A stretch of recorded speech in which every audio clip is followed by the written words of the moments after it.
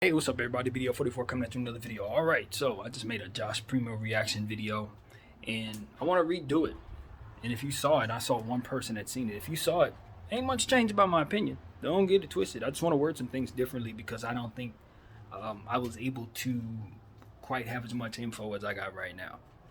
The difference is it's being alleged that she is not the lady who is, well, let's just start the right way. Josh Primo is being alleged to have shown himself to his psychiatrist or psychologist, team psychologist, the Spurs, 9 whole times. And I guess after the 9th time, she decided to file lawsuits and take the measures necessary. It's been said that they were notified before the 9th time. I guess some point in time she had let them know, the Spurs organization know that this had taken place, and from what I understand they didn't do anything about it. So I guess after the 9th time she's like, all right, I need to take this into my own hands and go figure out what measures I can take to assure that this doesn't happen anymore. See that the Spurs change their measures. So that's the difference in what my opinion would be. I've been told that this is not a money grab from the lady, but more so an intent on seeing that the Spurs change their measures. So, here's the deal, man. My thing about this is, if she is the psychologist and he's displaying disturbing behavior, then he's in the right place. She needs to be the person that he goes to get help. And once she sees certain behaviors, then from there she needs to refer him to other people. Isn't that how that works? This is not a situation where she needs to personalize what is the behavior, because she's supposed to be studying the mind. That's her job, is to, get into his mind, understand him from a non-personal perspective, and then from there be able to take it from the professional end and try to help the patient. Isn't that her functionality? You know what I mean? This is not a situation where she should be, if she's good at her job, handling this in this manner. And after 9 times, what exactly do you think is taking place that number of times? In terms of what I'm trying to articulate is this: after I told you after the first time that this is taking place, this happens a second time. This happens a third time, 4th, and we count all the way up to 9. What's so specific about that 9th time that now actions must be taken? I would think that in normal circumstances, it doesn't take that many counts of anything to get to a point to be tired of it, to the point where it's time to take action. Usually around 4, most minds are going to be like, this is ridiculous. Whatever measures need to be taken is too far. After you get past 4, 5, 6, 7, 8, we're getting to a place where I don't logically think that I can fathom the mind that has that count number as the moment to reveal that they are afraid and that this situation needs to be addressed in this manner, while being in the position as psychologist that she is. That is not how that works, ever. And that I've ever seen human behavior, that those things don't even go in the same sitting. Those things don't go in the same room. Because the psychiatrist or the psychologist is going to immediately understand that her job is now triggered into effect. She now has new duties within her job description that makes it so that now she needs to do other things. It's not about saying, oh my God, this kid he's ill, I'm scared. What about what's going to happen to my job if I tell anybody? Or the other scenario, which is, all right, let me tell the Spurs what's going on, and then from there to assume that the Spurs organization did nothing after you told them this the first time. And so what happened in between the 1st and the 9th time? Did she return back to the Spurs each and every time and told them that this was happening every single count? Did she go after the 4th time and reconvene with the Spurs and say, hey, have you done anything because this has been happening the last 4 times? Did she shut up after telling them the first time and then somehow clam up and get afraid after first confessing that this has happened and then reverting to being afraid after that? Is that the way I'm supposed to imagine her brain work? Am I to assume that the Spurs organization is to have heard that this young man did this a count of 9 times? Or even once. Forget the 9. One time. And forgot about it? When Popovich was very much a professional during the Sandusky scandal? You want me to think that he put his entire legacy at risk for Josh Primo, the 12th pick in the draft, a guard, on a team that's tanking for Wembanyama? This ain't Wembanyama he would be putting all this on the line for. No, Josh Primo. 12th pick, last year's draft. Young kid, point guard. Josh Primo don't hold that type of cachet with Pop. He doesn't hold that type of cachet in this league. If Josh Primo's a perv, believe me, they're going to turn Josh Primo over. So she might be able to sell that to those who don't really know the sport in the league that well. But to someone like myself, I'm going to be like, nah, he don't hold that type of cachet with the Spurs. They'll let him go easy. That's never going to happen. They're not going to hide that he's showing himself to a grown woman. They're not going to hide that. That young man, you see how quickly they released him when this story came out? That's exactly how fast they would have released him after the first time she told him he did that. That's just what I know. So what she's alleging about them not telling anybody, I don't see any... I don't see any benefit to the Spurs organization engaging in that in any way. Not logically. Doesn't add up. No way. What are they hiding? The kid's a perv, so what? Literally, so what? The only way it would be a problem is if they did hide it, for which they would be initiating a problem. A problem that they would have no way to muzzle other than to muzzle you, for which they failed to do, because now you're talking. None of that math, that don't make no sense. Does this math add up to anybody? None of this math adds up at all. And so as I'm looking at that, I'm like, okay, so I guess I'm supposed to believe they Sandusky'd the situation, that she sat there 9 times and looked at this young man who's 19 years old.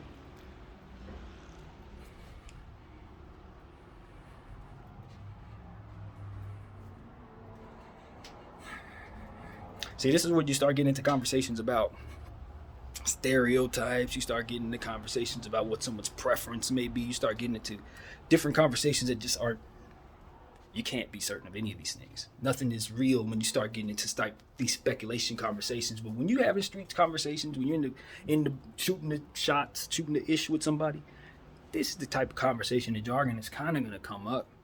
So I bring it to my channel in hopes of trying to basically make some sense of what I'm seeing. So bear with me here. I'm having a hard time that grown woman saw that 19-year-old athletic man expose himself to her 9 times and thought a plethora of things that led to this result. I can see her head going a million different ways. I just don't think it gets here. This ain't where that goes. A 19-year-old athlete, black athlete. This is a young Caucasian woman who's a psychiatrist. 4 athletes. She positioned herself in life to be around athletes, to get into their heads professionally. That's what she does. This one exposed himself to her 9 times.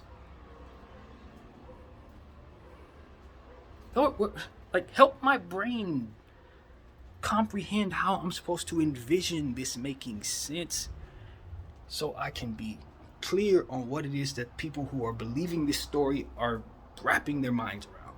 So she saw this. She was not aroused. She was offended. But then she allowed this to happen again. She told them this, right? She told them immediately, and she let it happen again. Not aroused the second time, not aroused the third time, not offended each and every time, but not telling anybody. I'm not here for all this. I'm having a hard time with this. Okay, so I'm just having a hard time with this. And I get it. They're saying she's not after any money. She just wants the Spurs to change their situation. But as I said in the video that I deleted, what type of shrink is this? You hired her to help with the minds of the players, and this is how she's behaving when she sees disturbing behavior. How could she have ever been a psychiatrist in the first place if this is how she was going to handle her job? And if it was a situation where she felt unsafe, then why wasn't he admitted? Why wasn't he considered a threat to himself and others? If it become this bad, why would the Spurs hide it? Why would she not handle it as a professional? Why is she acting as if she was in a psychological space with this man that had to do with some power, as if he can show her this and she would otherwise be silenced? You know what I mean? Based on either fear of losing her job or fear of him taking it further in a physical manner.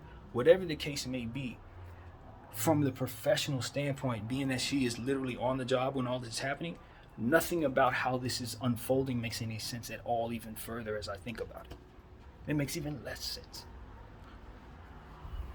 Because as soon as you see that behavior, you're immediately going to say, okay, me, the psychologist, is going to make sure this kid gets some help. Because now I know that he's a danger. Once he leaves here, he's a threat to do something sexual to someone else. So she neglected to do her job in that way. Out of what? Fear? She studies the mind. Is hers disrupted to the point where she would now be psychologically tweaked in a way that would silence her from actually doing her job? Is that what I'm to assume? Like she had some type of... Now she's just scared. Now she's really, really scared. You know what I mean? Like it's one of those situations where it's like, all right, if I tell anybody he's going to hurt me, well, if that's the case, then as the psychologist who studies the mind of the athletes, then she should be trying to put herself in a position to protect herself from this. But she didn't do that. Not after the first time, not the second time, not the third time, not the fourth time, not the fifth, sixth, seventh, or eighth time. I'm sorry, but this just doesn't add up at all. This is like some Jussie Smollett lie type energy that I'm detecting here. Like it's not a whole lot that points in the direction of this making any sense. So as I said, when I started making these videos about these different scandals, I said all of these things look like attacks on the organizations. That's what I said.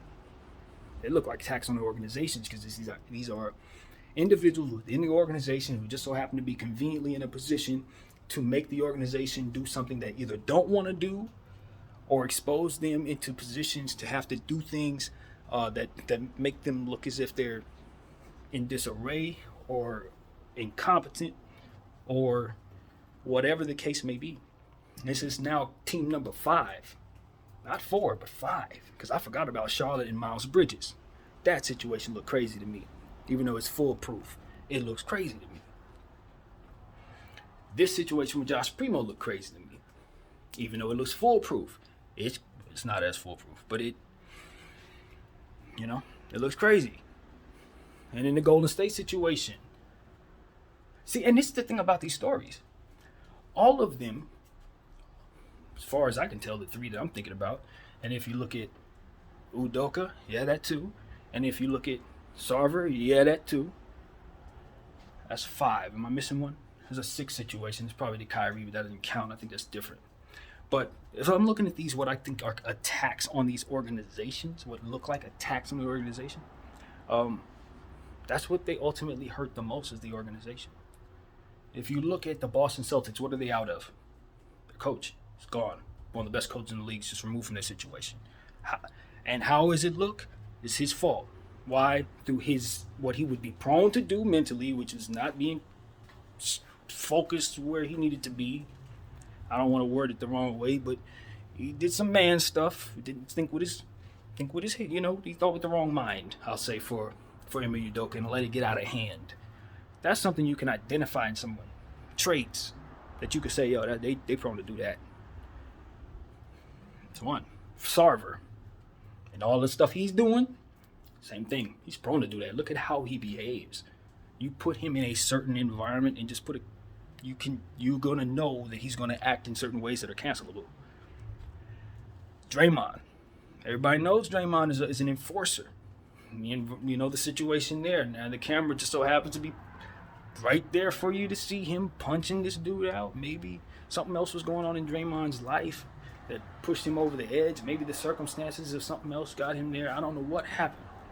But we've seen him kick somebody in the balls. We've seen him call KD the B word. We've seen him do a lot of things that help us understand that he's prone to doing certain things, and you push a button and you can watch him go.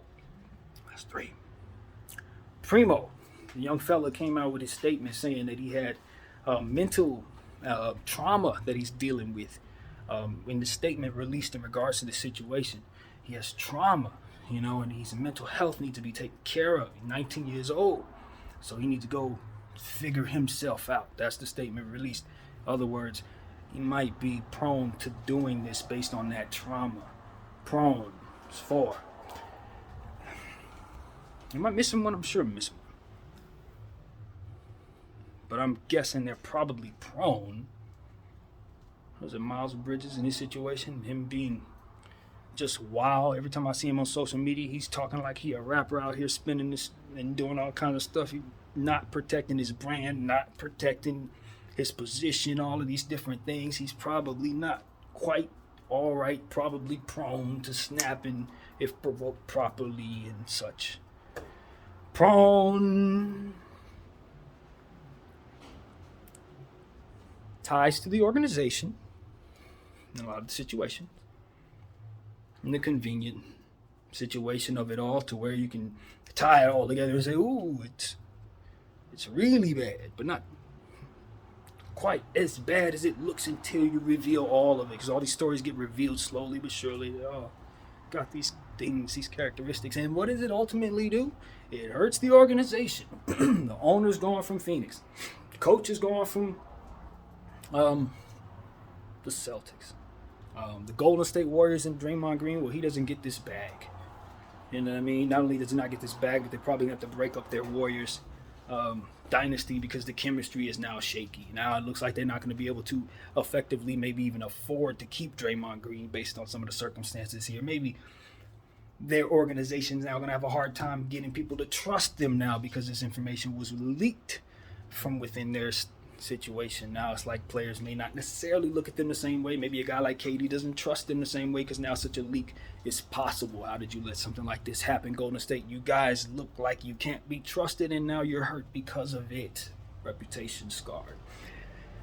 What else? What are we putting together? Who else is in there in the mix? Yeah, this is a player you were trying to get signed, Mike. Oh, this is a player you were going to pay $50 million. Player who's playing great on both sides of the floor. Maybe the Pistons were trying to pay him too. Somebody was trying to pay him. Both of your teams get hurt. Whoever was going to sign him doesn't get him. Probably Mike. How does that hurt his organization? I don't know, but I'm sure it doesn't feel too good because he has to deal with it. Looks like an attack to me based on the circumstances. If you're to assume what I'm looking at ain't really what is there to see. And I don't know.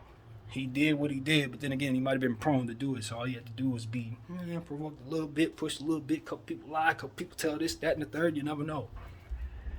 As I always say to the people who say, those individuals who victim blame, you guys are this, that, and the third, and my thing is this. I would love to live in a world where there are no liars.